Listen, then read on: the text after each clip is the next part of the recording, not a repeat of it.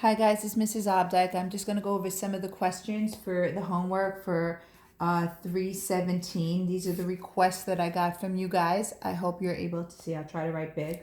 So I have 2, 3, 4, 5, and 6. So let's start with number 2. Number 2 says 5 cosine of x equals 3 cosine x plus square root 3. Okay, these are like terms. Think of them as both x's. So I'm going to bring this to this side.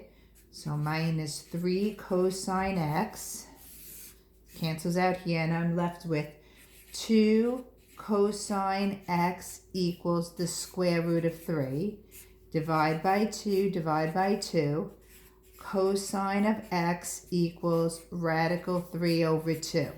Okay, cosine is positive here and here. In quadrant 1, the cosine that has a radical 3 over 2, here's my little chart, is going to be pi over 6. And in quadrant 4, that's 11 pi, oh I hate 11 pi, over 6. So that's how I do that one. I kept these cards here so that you can see. All right, I don't know if I'm in the screen.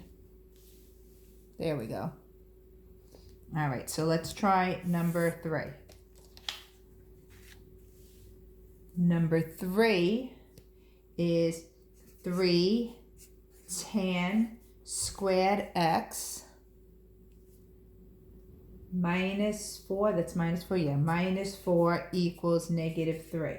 So I added 4 to both sides. Again, this is your x, you're trying to get this alone. 3 tan squared x equals 1. Divide by 3. We're still trying to get the tan x alone. Divide by 3. This is where a lot of people, I made comments on their homework. It's a square root. You got to square both sides. Square, square. Now, I'm going to move this up. I hope I have enough room. This is going to be tan x equals plus or minus. Oh, I don't think I put the plus or minus in the homework. I think I have that wrong. Plus or minus. The square root of 1 is 1 over radical 3, which we're not savages. We would never leave that. We'll rationalize it. And we're going to get plus or minus radical 3 over 3. Okay? Since it's plus or minus, it's going to be in all 4 quadrants. Here's your positive tan. Here's your negative tans. Okay? The angle that has a tangent of radical 3 over 3 is pi over 6. So it's going to be pi over 6. It's going to be 5 pi over 6, 7 pi over 6, and 11 pi over 6. Okay, so that's number 3. Let's go on to number 4. Am I in the screen? Yes, number 4 is 5 sine x plus 2 equals sine x. I'm going to flip-flop, I'll bring the 5 to there. So if I subtract 5 sine x from over here,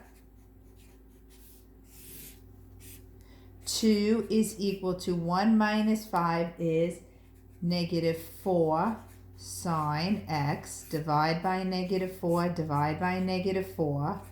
Sine x equals negative 1/2. Well, sine is negative, not here, not here, but here, upside, there's a T, and here. Okay, so again, look, who has a sine of 1/2? It's pi over 6. Pi over 6 in this quadrant is really 7 pi over 6. And my favorite one, once again, 11 pi over 6. It's just haunting me. Okay. Let's go on to number 5. Number 5 is 5 equals secant squared x plus 3. Again, you're trying to get this alone. Think of this as your x. If it said x plus 3, you would subtract 3 from both sides. I'm going to do the same thing here. So this is going to be 2 equals secant squared x. Okay, then I'm going to square root. It's a square. Square root both sides. I'm going to get radical 2 equals the secant of x. All right, first of all, I have no idea secant, so I'm going to have to flip it. When I flip this, I'm left with 1 over radical 2 is cosine of x. At this point, guys, I mean, we've done it a billion times. We know that we're going to rationalize this. It's going to end up to be radical 2 over 2 equals cosine of x. Again, it's only positive, so cosine is positive here. Well, let me get you back on the screen. Here and here. So x is going to be, oh, wait a minute. I square rooted. It's plus and minus. I'm sorry, plus and minus. So it's everywhere.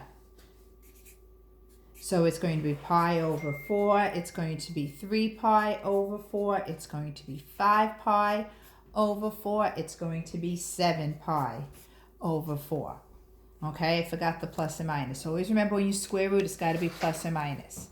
Okay, the last homework problem for that day was number 6. Let me see, am I in the screen? Yes, I'm in the screen. So number 6 is 9 plus sine squared x equals 10. I gotta remember, so square is gonna be plus or minus. Subtract 9 from both sides. Sine squared x equals 1, square root. So the sine of x equals plus or minus. Ladies and gentlemen, the square root of 1 is 1. A lot of you people left it under a radical. 1 is a perfect square. Okay, once we're dealing with sine and cosine, we're on our quadrantal angles. Here's our quadrantal angles. Who gives me the sine of 1?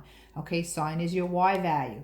You have it at pi over 2 up here and at 3 pi over 2. All right, I hope I cleared up any questions you guys might have had on your homework for the homework for March 17th.